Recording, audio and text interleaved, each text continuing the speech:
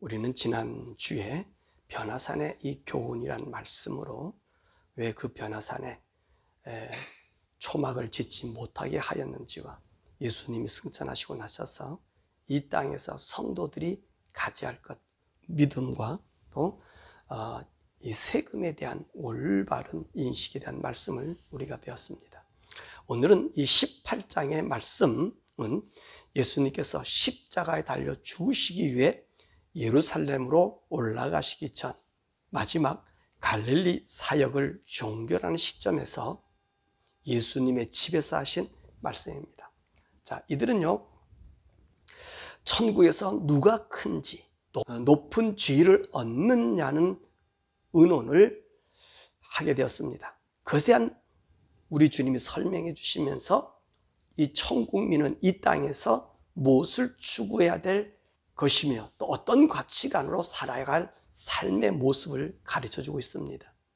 우리 예수님의 공생애는 무엇을 위한 사역이었죠? 가난한 사람들 편이 되어주고 병든 자를 고쳐주고 귀신을 쫓아내주고 그 일이 중심이었을까요?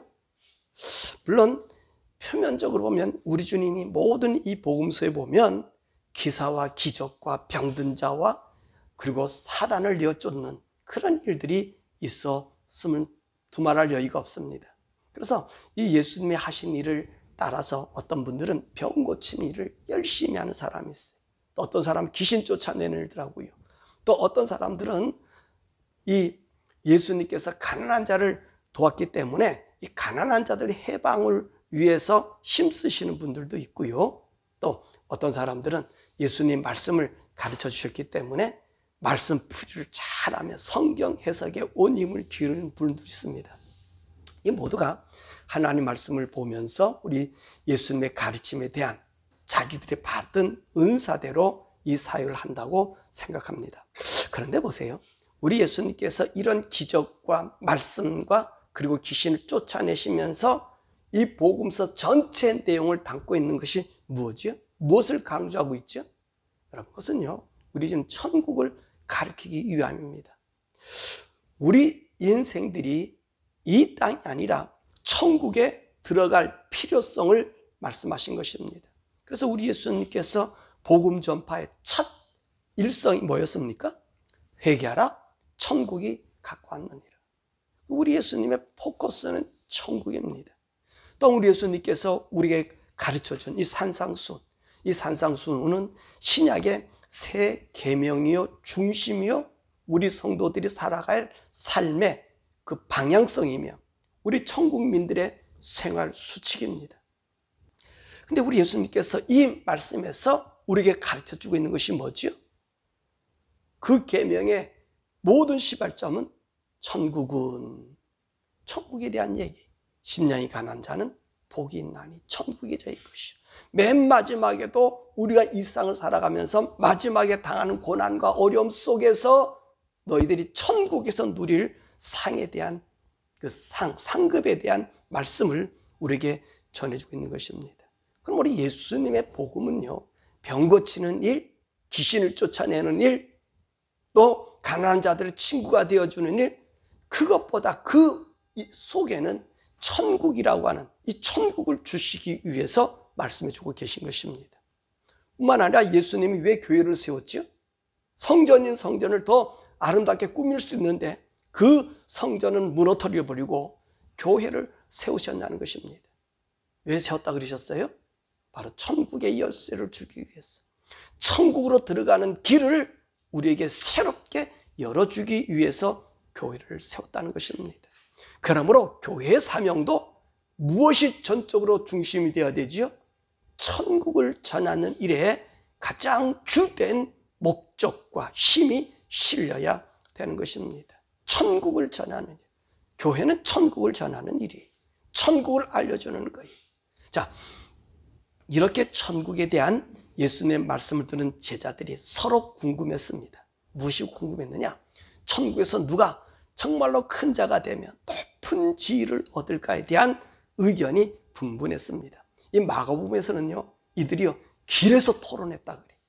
길에서 토론했는데 예수님께서 그 집에 들어가셔서 너희들이 길에서 한 얘기가 무엇이냐라고 이야기할 때 우리가 길에서 이야기한 것은 천국에서 누가 더 큰 자가 됩니까? 라고 하는 그 이야기입니다 라고 얘기했어요.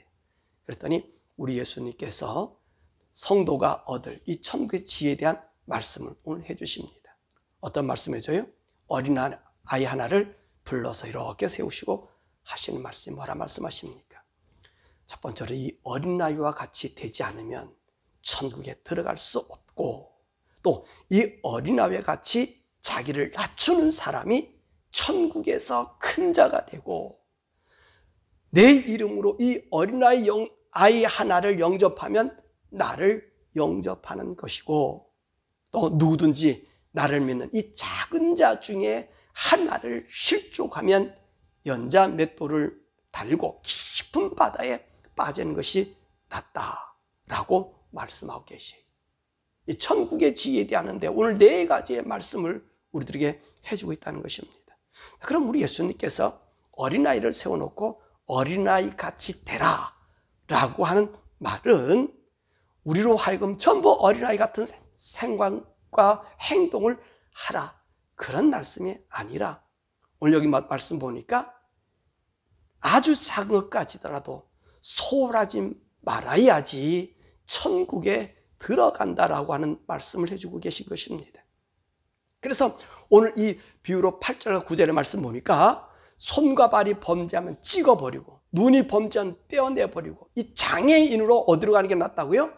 천국에 들어가는 것이 낫지 지옥불에 던지는 것이 우리에게는 해롭다고 말씀하신 것입니다. 그게 무슨 의미일까요? 우리 손과 발이 잘못하면 정말 우리가 잘라버릴까요? 그걸 잘라버린 사람이 있습니까? 없지요. 그럴 수 없어요. 그지요? 예수님의 제자들도 얼마나 많이 잘못했습니까? 얼마나 그가 죄 짓는 길로 불의한 일로 가 있겠습니까? 그런데 그들이 손발을 잘랐고 눈을 뽑아낸 사람이 없다는 것입니다. 그렇다면 이것은 무엇을 말씀하고 있는 것이요? 우리 아주 세명까지 우리 삶의 마음과 행동을 조심하라고 하는 것입니다. 그래서 오늘 우리 주님께서는 우리 마음의 죄에 대한 이야기를 하지 않아요. 숨겨놓고 있는 죄에 대해서도 우리 주님께서 뭐라 말씀하셔요? 아주 무섭게 얘기하잖아요. 우리는 마음에 죄를 줘도 행동으로 나타나지 아니하면 죄가 된다고 생각하지 않아요. 근데 우리 주님 무엇을 생각하셔요? 우리의 마음의 생각까지 죄를 지면 그것이 죄가 된다는 것입니다. 우리가 소홀하기 쉬운 거예요. 드러나지 않으면 됐다라고 생각하는 거예요. 그런데 그것이 죄인 것을 이야기한다는 것입니다. 그러므로 어린아이와 같이 된다라고 하는 말은 우리가 정말로 사소하게 소홀하게 아무렇지도 않게 생각하는 그것까지 조심하라고 하는 말씀인 것입니다. 그러면 조심한다, 소홀하지 않는다, 그 중심에 뭐가 있는 거지요? 이 죄라고 하는 것입니다.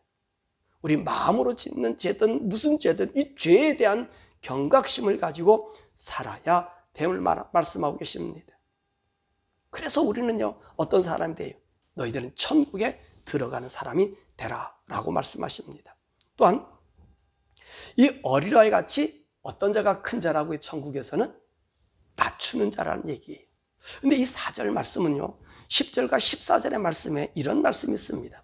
그 말씀은 무슨 말씀이냐면 잃은 양을 찾아오는 비유를 들고 있습니다. 그런데 이 비유의 시작의 말씀을 우리가 주위에서 보면 10절의 말씀 보니까 삼가 이 작은 자 중에 하나라도 없인 여기지 말라라고 말하고 계십니다.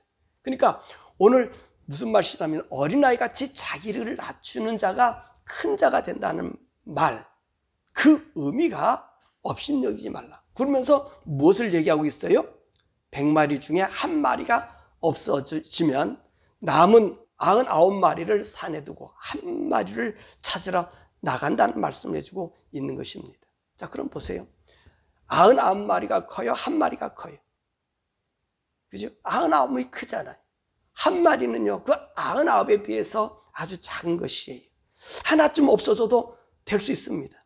그런데 하나님 생각은 달랐습니다.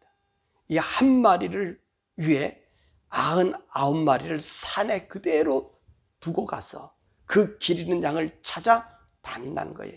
찾으면 남아있는 99마리보다 더 기뻐하신다는 것입니다. 그러시면서 우리 주님께서 뭐라 말씀하셔요? 하나님은 이와 같이 이 작은 자 중에 하나라도 잃는 것은 하나님의 뜻이 아니라는 것입니다. 자, 이 말씀은 무엇을 의미하고 있을까요? 사실 하나님께서 오늘 제자들이 물어본 큰 자가 누구냐라고 얘기하니까 오늘 하나가 떠나간 그 사람을 데려온다는 거예요. 다시 말하면 99은 어떻습니까? 지금 누구의 말을 듣고 있어요? 목자의 말을 듣고 있다는 말이지. 그 안에 들어왔다는 것입니다. 근데 하나가 나갔다는 거예요. 그 하나를 데려온다는 거예요. 그러니까 우리 하나님께서 가장 원하고 있는 그 뜻, 여기 말씀보다 하나도 잃어버리지 않는 것이 하나님의 뜻. 하나님께서 우리가 큰 자로 여겨지는 자가 어떤 사람이지요? 하나님의 뜻에 맞는 자들. 그게 큰 자라는 거예요. 여러분, 오늘요, 우리가 왜 하나님의 뜻에 맞는 자가 큰 자지요? 오늘 여기 있는 말씀 보니까 잃어버린 것을 찾아오는 거잖아요. 왜 잃어버린 자들을 찾아오는 것이 하나님의 뜻이요? 우리 예수님이요, 하나님의 뜻을 이루기 이 세상에 오셨잖아요. 그죠? 이 세상에 누구를 찾으라요? 바로 우리 같은 사람, 나 같은 한 사람을 찾아 그분이 오신 거예요. 그러니까 우리 하나님의 뜻은 우리 이 인생들로 하여금 하나님의 형상을 회복케 하는 그 사람. 여러분들이 전도하는 일이에요. 가서 복음을 전해서 사람을 하나님 앞에 믿게 하는 사람. 그래서 천국의 사람을 만드는 것이 천국에서는 가장 큰 자라는 거예요.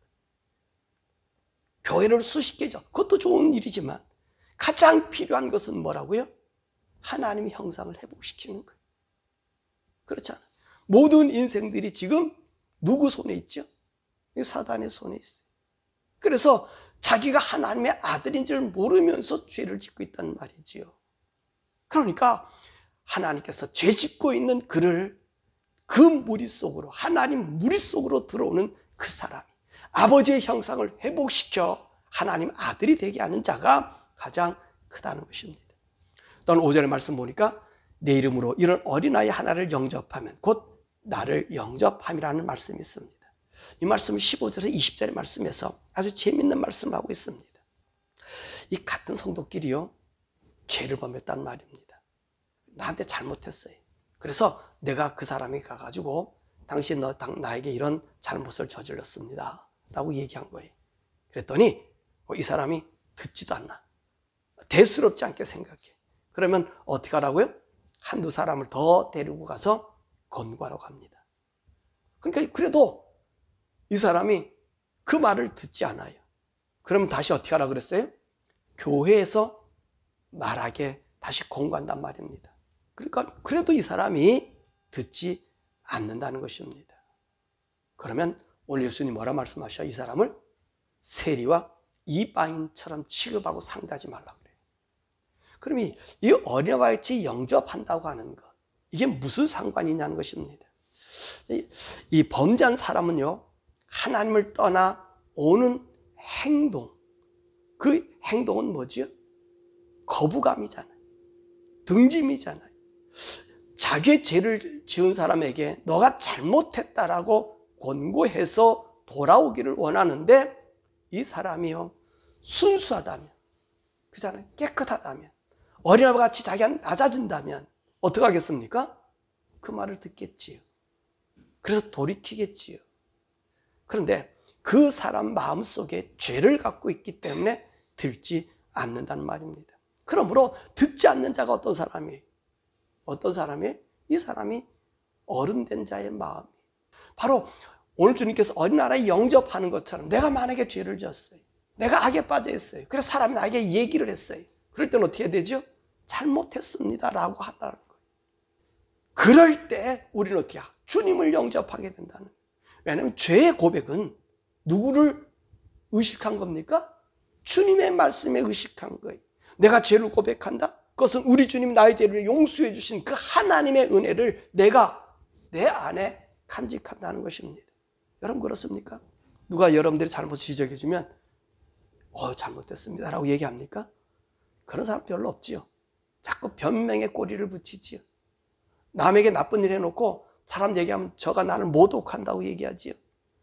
이 사람 뭐를 지금 부인하고 있다고 그랬어요, 주님이? 바로 예수님을 부인하고 있다는 거예요. 예수님을 받아들이지 않고 있다는 거예요. 여러분, 참 우리가 죄 짓는 거에 대해서, 그 죄에 대해 지적에 대해서 우리는 상당히 거부감을 갖고 있어요. 그죠? 내가 저 잘못된 얘기를 하면 잘못됐습니다 라고 인정하는 사람이 저부터 시작해서 얼마나 있을까? 변명 먼저 하자. 그래 돌이켜서 또 다른 사람 데리고 오면 네가 우리의 잘못된 관계를 소문내? 그러면서 더 닫아버려. 그러다가 교회에서 얘기하면 나를 당장에 매장시켰네. 여러분, 이게 우리 이 교회에서 참 큰 문제. 왜냐하면 우리가 지금 가리키는 우리 주님 왜 이 천국에서 큰 자에 대한 이야기를 하면서 왜 이런 말이 나와야 되냐는 거예요. 여러분, 우리가 하나님 앞에 솔직하냐라고 하는 것입니다. 하나님 앞에 진실하냐 하는 것입니다. 근데 우리 성도들이 이 땅에서 하나님 앞에서 진실해야 되는데 우리는 세상에 진실하려고 그래요. 세상의 진실은 뭐죠? 변명이에요. 이유 조건을 붙이는 게 세상이에요. 그잖아요. 합리화시켜서 내가 이기면 되는 거예요. 그러죠? 세상 법정도 그렇지 않습니까? 악이 있었는데, 분명히 죄가 있는데 변명해서 구실을 붙여서 죄 없게 만드는 죄 없는 자가 되는 거예요. 이 세상은 변명이. 근데 하나님의 나라는 어떻습니까? 인정. 내가 죄가 있으면 인정하는 거예요. 죄가 없으면은 아니라고 얘기해야 되는 것이고, 아닌 것을 이야기해서. 그래서 어디까지 오는 거예요? 교회가 오는 최고의 기관이 되는 거예요. 여러분, 우리가 교회가 법정으로 간다. 이거는 말도 안 되는 소리. 교회가 공권력을 동원시킨다. 이거는 하나님의 사람들이 아니에요. 교회는 교회법이 있어요. 그죠? 교회 안에 하나님 말. 첫째 하나님의 먼저란 말이에요. 근데 하나님을 등진 공권력을 이용한다? 그건 하나님이 없는 거예요. 누가 더 위에 있어요? 하나님보다 세상 공권력이 더 위에 있어요. 세상 공권력이 더 있다면 이 세상의 주관자인 마귀가 그들의 아버지인 것을 우리가 보여주는 거예요. 교회는요, 만약에 교인들의 분쟁이 생기면 교회에서 해결하지 않으면 오늘 뭐라 그랬습니까? 이방인처럼 취급하라 했어요. 세리처럼 취급하라 그런 거예요. 성도라면, 하나님의 사람이라면 어디 앞에 무릎 꿇어야 되죠? 하나님 말씀 앞에 무릎 꿇어야 되는 거예요. 그 말씀이 우리의 삶을 주관시켜 주어야 되는 거예요. 그런데 하나님의 사람들이 아니기 때문에 법으로 가는 거예요. 자기의 잘못을 시인하려고 하지 않아요. 변명하려고 하는 거예요. 내가 죄를 지면 내가 약해지라는 거예요.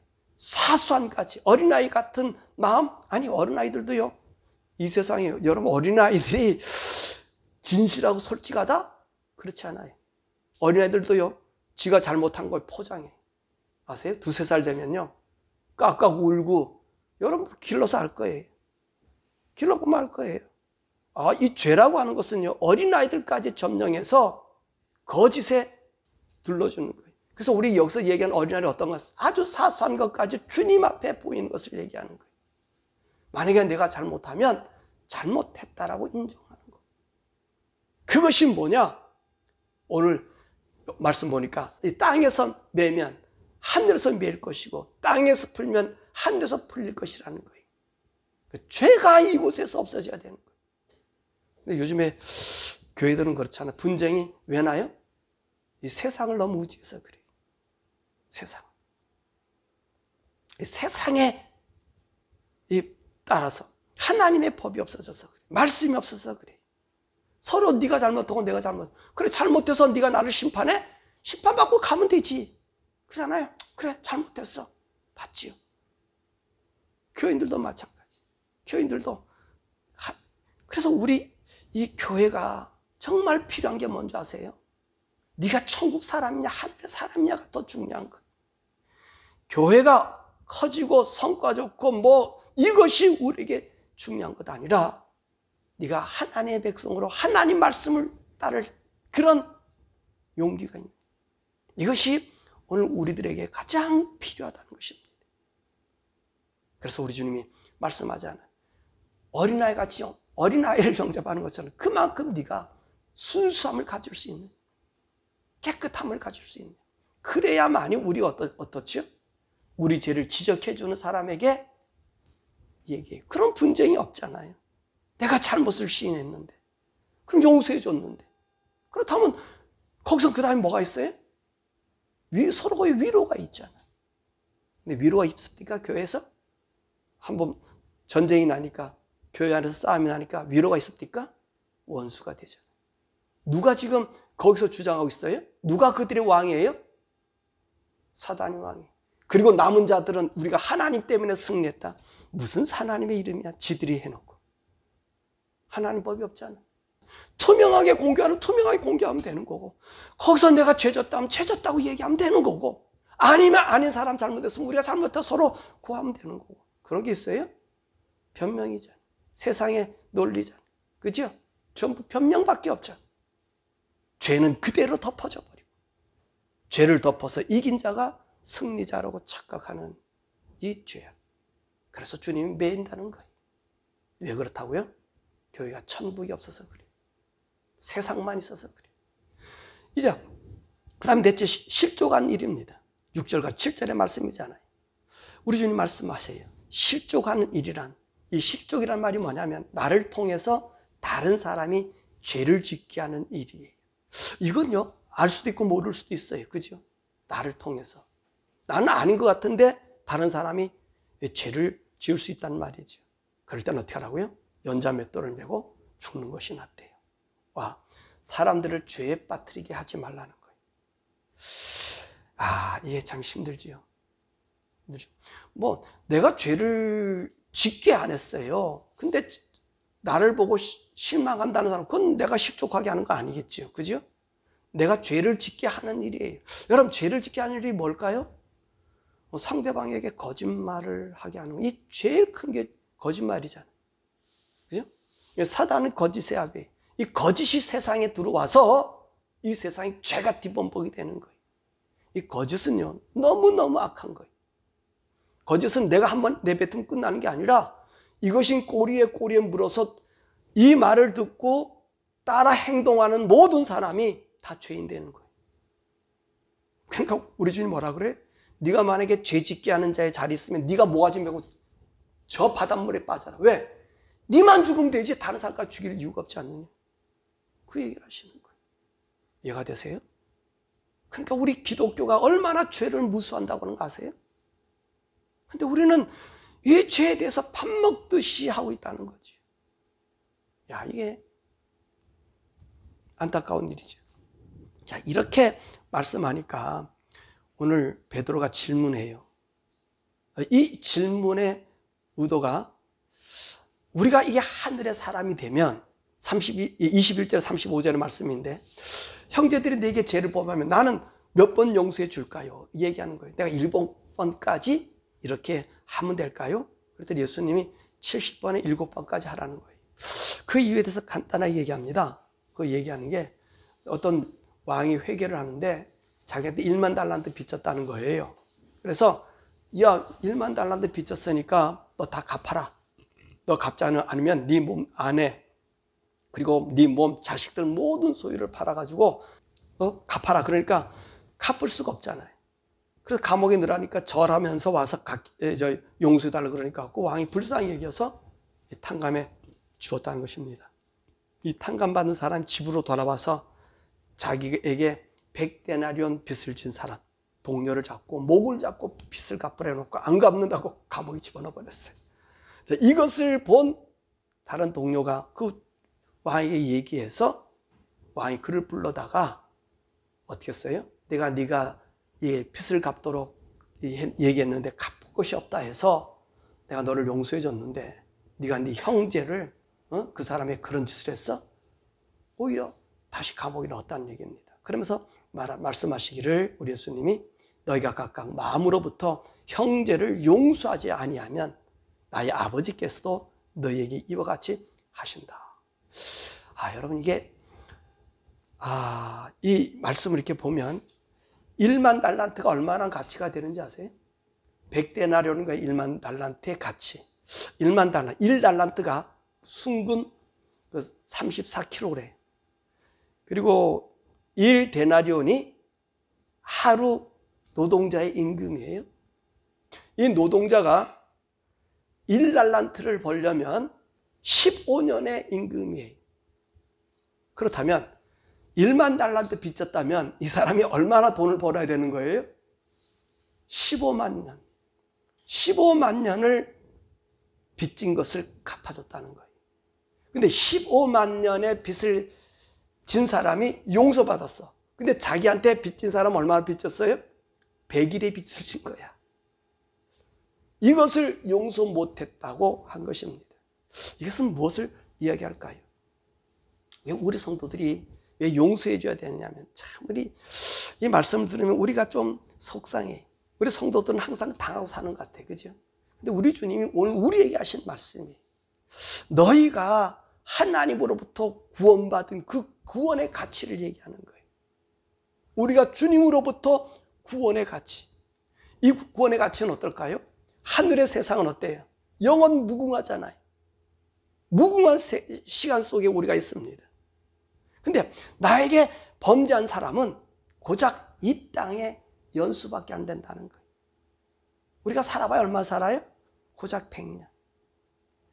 이 땅에서 나에게 잘못한 사람, 나의 잘못을 용서를 빌면 어떻게 하라면 얘기하시는 거예요? 용서해 주라는 거예요.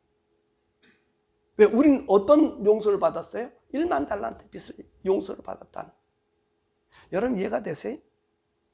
내가 하나님께서 용서받았어. 저 사람 잘못했어. 그러면 그 사람의 죄를 용서해 줄 수 있는 이 용서, 같이 한번 생각해 보신 적 있어요? 우리 주님이 바로 그 얘기를 하고 있는 거거든요.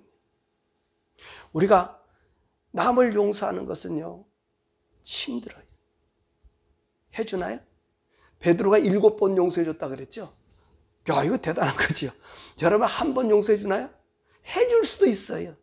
근데 우리 마음속에 어때? 그 앙금이 남아있어요. 용서된 거가 아닐 수도 있죠. 계속 앙금이 남아있어요. 근데 2번, 3번 하면 어떡합니까? 원수와 전쟁을 벌여요. 그죠? 전쟁을 벌이죠.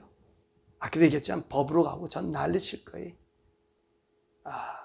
그런데 우리 주님께서는 뭐라 말씀하셔요? 너희들의 그 용서를 빌 때 70번에 7번 무한대로 용서해 주라는 거예요. 뭐 때문에 그러죠? 네가 하나님의 사람이기 때문에 그렇다. 여러분, 우리 천국민의 사람들은 이 세상에서 어떻게 살아야 될까요? 쉬울까요? 성도의 길이 어려운 거예요. 성도의 길이 힘든 거예요.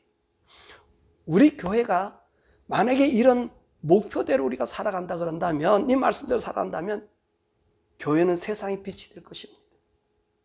우리도 마찬가지, 저도 마찬가지 빛이 될 거예요. 그런데 그렇게 못 살고 있죠. 그렇게 살아요? 한 번 용서해주면 내가 무지하게 잘한 거, 2번 용서해주면 이건 뭐 선행 중에 선행이고요. 3번 하면 성자가 돼요. 못 해주잖아요. 근데 우리 주님 뭐라 말씀하시냐면, 너희가 하늘의 사람이냐? 천국민이냐? 그럼 용서해 주라는 거예요. 용서해 주라는 거예요. 근데 우리가 이렇게 살라고 주님 얘기하는데 어떻게 하면 우리가 이렇게 살 수 있을까요? 이 말씀대로 살 수 있을까요? 여러분, 이것은요, 날마다 우리가 십자가 삶으로 가야 되는 거예요. 주님 앞에 가는 거예요. 내가 나의 죄를 용서받은 그 자리로 가는 거예요. 십자가의 은혜, 여러분들이 죄 용서받았을 때의 그 시간 얼마나 감격스러웠어요. 얼마나 기뻤어요. 야, 그 하나님, 무의하신 하나님이 날려 죽으셨다고 하는 그 사건 속에 내가 들어갔을 때, 여러분 어떻게 했습니까? 모든 걸 다 내려놨잖아요. 모든 것 다 뒤집어 놨었잖아요. 그런 내가 그 자리로 가야 된다는 거예요. 우리 성도가 이 세상에서 불리한 삶을 살 때가 너무나 많습니다. 네? 이유 없이 까닭 없이 욕먹고, 여러분 참 이용당할 때가 너무나 많다는 거지. 근데 이것을 이겨나가는 것이 누구라고요? 우리 성도라는 거예요. 왜? 우리 성도는 하늘의 세계를 본 사람이기 때문에 그렇습니다. 그 삶을 누가 보이셨어요? 우리 예수님이 보이셨잖아요. 그분이 하늘에서부터 오셨잖아요. 하늘의 세계를 알잖아요. 그래서 예수님이 하신 모든 일에 죄를 갖고 있는 자가 죄를 정한다는 게 말이 되는 겁니까? 악한 자가 의로운 자를 죄를 정한다는 게 말이 됩니까? 그래도 우리 주님 어떻게 하셨어요? 걸어가셨어요. 왜 가셨습니까? 나를 살리기 위해서. 저 여러분들을 살리기 위해서. 하늘의 사람 되게 하기 위해서. 그러므로 이 하늘의 사람은 그 주님의 십자가로 가는 거예요. 뿐만 아니라 우리는 날마다 성령님의 인도함 받아야 돼요. 우리가 이렇게 사는 건요, 교회가 윤리를 가리키고 도덕을 가리키는 그것 아니에요. 교회는 윤리나 도덕 가르치는 것이 아니에요. 착각하면 안 돼. 교회는 윤리와 도덕을 가리키는 것이 아니라 죄를 멀리해서 하나님의 의 가운데 살도록 하는 거예요. 교회는 이 자리에서 하늘 시민이 살도록 인도해서 하늘의 사람의 삶을 보여주는 거예요. 이게 오늘 우리의 공동체인 거예요. 사랑하는 여러분, 저 여러분들이 오늘 이 말씀은 쉬운 말씀 같아도 참 어려운 말씀입니다. 내가 순진해질 수 있는가? 내가 나의 허물을 얘기할 때 옳다라고 받아줄 수 있는가? 내가 나를 통해서 내가 죄짓게 하는 이 거짓말들을 내가 안 할 수 있는가? 내가 진실 가운데 거할 수 있는가? 그리고 내가 무한히도 사람들을 용서할 수 있는 자비의 마음이 있는가? 사랑하는 여러분, 우리 그런 성도 됐으면 좋겠습니다. 그러기에 우리 날마다 어떻게 해요? 내가 나의 잘못된 모습 보니까 주님 앞에 나가 기도하는 거죠. 주님 앞에 부르짖는 거죠. 주님 뭐라 말씀하세요? 두세 사람이 내 이름 모인 곳에 내가 그들과 함께 있겠다는 거예요. 그래서 그들을 풀어주겠다는 거예요. 저와 여러분들이 날마다 주님 안에서, 여러분들은 이 세상 사람과 달라요. 이 성도는 이 세상 사람들과 달라요. 우리는 하늘의 사람입니다. 하나님의 아들입니다. 이 정체성을 가지셔야 돼요. 이거를 우리가 지니고 있어야 돼요. 그럴 때만이 세상에서 불이익은 곧 하늘 아래의 영광입니다. 이 영광의 자리에 들어갈 수 있는 우리 성도, 천국민으로서 오늘도 18장의 말씀 보면서 내가 잘못됐을 때 이곳에 돌아와서 이 말씀 보면서 하나님, 나는 부족합니다. 나에게 이길 힘을 주옵소서. 그럼 성령님 나를 어디로 가시? 십자가로 데리고 가셔요. 거기서 무한한 은혜를 받고 이길 힘이 생기시고, 뿐만 아니라 우리 주님이 우리를 지키시고 보호하셔요. 죽을 것 같다나 죽지 않게 하나님 의로 세우십니다. 그 의에 세우심 받는 우리 성도들, 정말 하늘에서 높은 자가 되는, 높은 지를 가는 우리 성도 되기를 주님의 이름으로 축원합니다.